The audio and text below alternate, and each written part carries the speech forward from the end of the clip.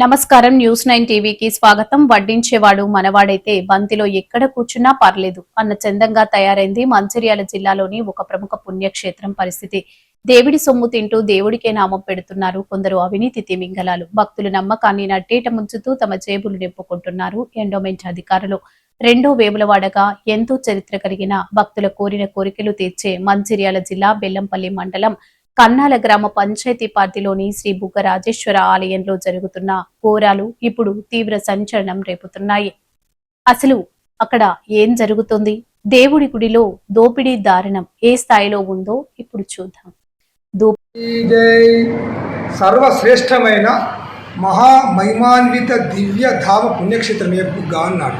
బుగ్గ అంటే మూడు కొండల మధ్యలో నిరంతరము బుడబుడా బుడబుడా అని ఒక లిప్త కాలం కూడా కాకుండా స్వామిని సేవించే క్షేత్రమే బుగ్గ. అంటే పూర్వకాలం యతీశ్వరులు, నాగసాధువులు, యోగి పుంగవులు తపస్సు చేసిండ్రు. మహాశివరాత్రి పర్వకాలంలో వారు పరమశివుడి గురించి తపస్సు చేసిండ్రు. వాళ్ళ తపస్సుకు మెచ్చి సాక్షాత్తు పరమశివుడు ఈ మూడు కొండల మధ్యలో వేసినని చెప్పి ఆనవాయినాయి. పూర్వకాలం చోళరాజులు అంటే 11వ శతాబ్దము, కాకతీయులు 15వ శతాబ్దము. ఈ విధంగా రాణి రుద్రమాదేవి కూడా ఈ ప్రాంతం వచ్చి వారు ఈ స్వామివారిని ఇక్కడ బస చేసి స్వామివారి దగ్గర కొంత పునరుద్ధరణ చేసి స్వామివారిని యొక్క డెవలప్మెంట్ చేసుకుని వెళ్ళినట్టు ఆనవాళ్ళు ఉన్నాయి. అంత గొప్ప దేవాలయానికి ఈ మధ్యకాలంలో చక్కటి రోడ్ అయింది. ఇంతకుముందు రోడ్డు లేకుండే. కాబట్టి ఇంత గొప్ప దేవాలయానికి సర్వ సౌకర్యాలు ఉండాలి. అదేవిధంగా స్వామివారి సేవలో కూడా అందరూ కూడా పాల్గొని బ్రహ్మాండంగా ఉండాలి.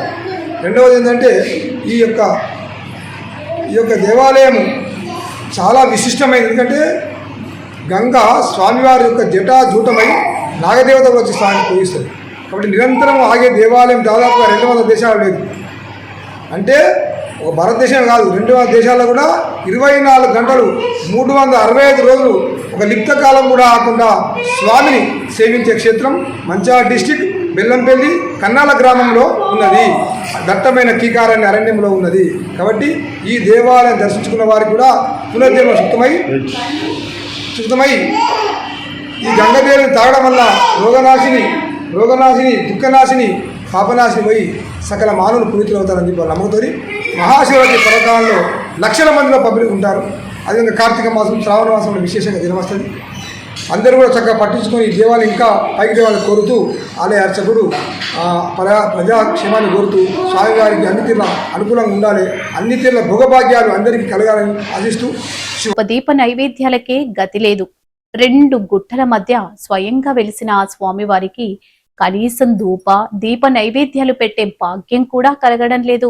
భక్తులు భక్తితో హుండీలో వేసిన కానుకలు దేవుడి కైంకర్యాలకు పోవడం లేదు. నేరుగా ఎండోమెంట్ అధికారుల జేబుల్లోకి వెళ్తున్నాయి. భక్తుల సొమ్ముతో అధికారులు ఇష్టారాజ్యంగా వ్యవహరిస్తూ సొంతానికి వాడుకుంటున్నారనే షాకింగ్ ఆరోపణలు వస్తున్నాయి. ఆఫీస్ ఎక్కడో ఎవరికీ తెలియదు. ఇదో విచిత్రమైన సామ్రాజ్యం.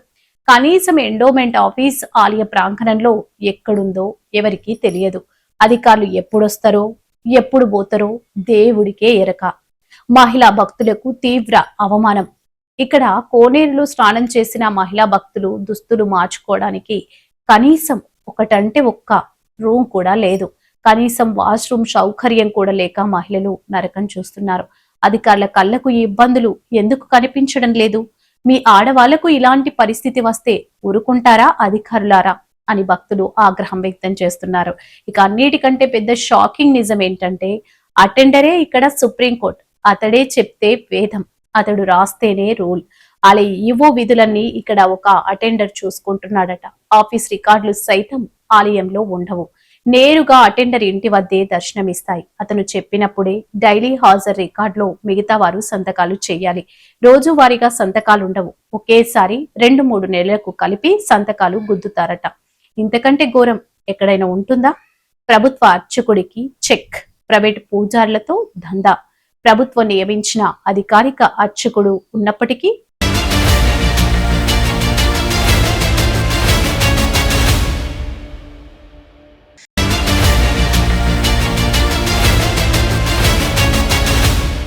ఎండోమెంట్ అధికారులు తమ స్వార్థం కోసం, జేబులు నింపుకోవడం కోసం ఒక ప్రైవేట్ అర్చకుడిని పెట్టుకున్నారు. అతనితోనే ప్రైవేట్ పూజలు, పెళ్లిళ్లు చేయిస్తూ దేవుడి కొండపై కమర్షియల్ దందా నడిపిస్తున్నారు.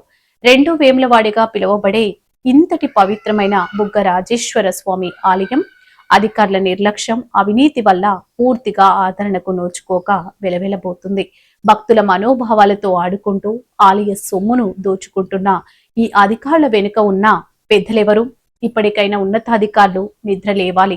ఈ ఆలయంలో జరుగుతున్న అన్యాయంపై, అవినీతి అక్రమాలపై తక్షణమే విచారణ జరిపించాలి. భక్తులకు కనీస సౌకర్యాలు కల్పించి ఆలయ పవిత్రతను కాపాడాలని భక్తులు ముక్తకంఠంతో డిమాండ్ చేస్తున్నారు. దీనిపై ఉన్నతాధికారులు ఎలా స్పందిస్తారో చూడాలి. కెమెరామెన్ తో కలిసి రాజశేఖర్, రిపోర్టర్, మంచిర్యాల జిల్లా. దీనిపై మీ అభిప్రాయాన్ని కింద కామెంట్స్ రూపంలో తెలియజేయండి. చూస్తూనే ఉండండి న్యూస్ 9 టీవీ.